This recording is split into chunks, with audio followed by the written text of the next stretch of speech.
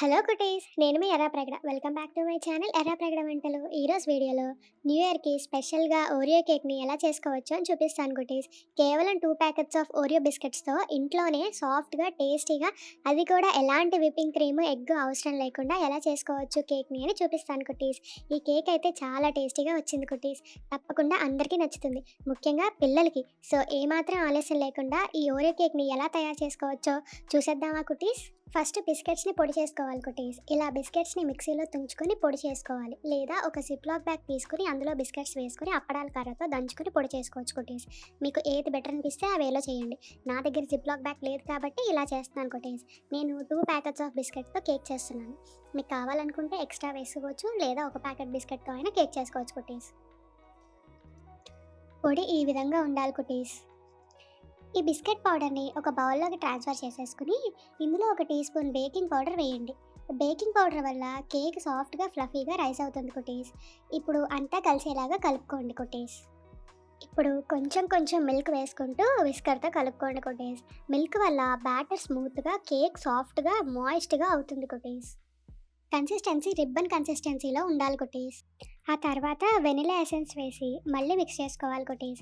Vanilla essence వల్ల కేక్కి మంచి aroma వస్తుంది, అలాగే స్వీట్ ఫ్లేవర్ని ఇంకా హైలైట్ చేస్తుంది కుటీస్. ఇప్పుడు ఒక రౌండ్ షేప్ బాక్స్ తీసుకుని గ్రీస్ చేసుకోవాలి కుటీస్. ముందు అన్ని సైడ్స్ బటర్ అప్లై చేసి బటర్ పేపర్ పెట్టుకుని పైన కూడా బటర్ అప్లై చేసుకోవాలి కుటీస్. ఇలా చేస్తే కింద అంటకుండా ఉంటుంది. కేక్ బ్యాటర్ని గ్రీస్ చేసుకున్న బాక్స్లోకి వేసుకోవాలి కుటీస్. వేసుకున్నాక 2-3 సార్లు జెంటిల్గా ట్యాప్ చేసుకోవాలి. ఇలా చేస్తే ఎయిర్ గ్యాప్స్ ఏమైనా ఉన్నా కూడా పోతాయి కుటీస్. ఇప్పుడు ఒక ప్యాన్ తీసుకుని కింద అంటకుండా ఒక స్టాండ్ పెట్టుకుని కుటీస్, దీన్ని మీడియం ఫ్లేమ్ మీద 5 నిమిషాల పాటు ప్రీహీట్ చేసుకోవాలి.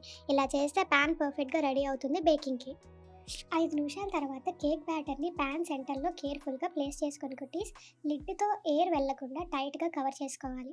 దీన్ని కనీసం 30-35 నిమిషాలు లో ఫ్లేమ్ మీద బేక్ చేసుకోవాలి కుటీస్.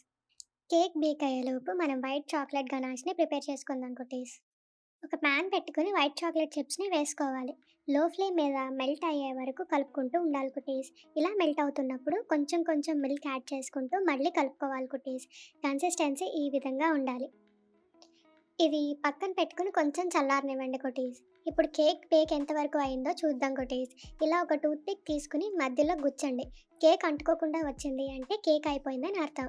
లేదా అంటుకుంటుంది అంటే ఇంకో 10 నిమిషాలు లిడ్ కవర్ చేసుకుని బేక్ చేసుకోండి. నాకు మొత్తం 35-40 నిమిషాలు పట్టింది కేక్ అవ్వడానికి కుటీస్. ఇప్పుడు మనం కేక్ని డెకరేట్ చేసుకుందాం కుటీస్. ముందుగా అన్ని సైడ్స్ని నైఫ్తో ఇలా అనుకోండి, సో దట్ కేక్ ఈజీగా వచ్చేస్తుంది. ఆ తర్వాత పైన బటర్ పేపర్ని తీసేసుకోండి. ఇప్పుడు ఇందాక ప్రిపేర్ చేసుకున్న గనాష్ని కొంచెం కొంచెం వేసుకుంటూ ఈవెన్గా స్ప్రెడ్ చేసుకోండి కుటీస్. ఆ తర్వాత నేను కొంచెం ఓరియో బిస్కెట్ పౌడర్ని స్ప్రింకిల్ చేస్తూ అలాగే 4 సైడ్స్న బిస్కెట్స్ పెట్టుకుని ఇలా డెకరేట్ చేసుకున్నాను కుటీస్. అంతే, ఓరియో కేక్ రెడీ కుటీస్. చూసారుగా, చాలా తక్కువ స్టెప్స్తో ఈజీగా అయిపోయింది. చూడ్డానికి ఎంత బాగుందో కదా, టేస్ట్ కూడా అంతే అదిరిపోయింది కుటీస్. ఈ న్యూ ఇయర్కి బయట నుంచి కాకుండా ఇంట్లోనే ఇలా చేసుకుని తినండి కుటీస్. అలాగే మీ అందరికీ advance happy new year cuties. అందరూ బాగుండాలి, అందులో నేను ఉండాలి. ఈ వీడియో కానీ మీకు నచ్చినట్లయితే లైక్ చేసి ఫ్రెండ్స్ అండ్ ఫ్యామిలీకి షేర్ చేయండి. అలాగే మన ఛానల్ని సబ్స్క్రైబ్ చేసుకోండి cuties. Thank you for watching. Bye cuties.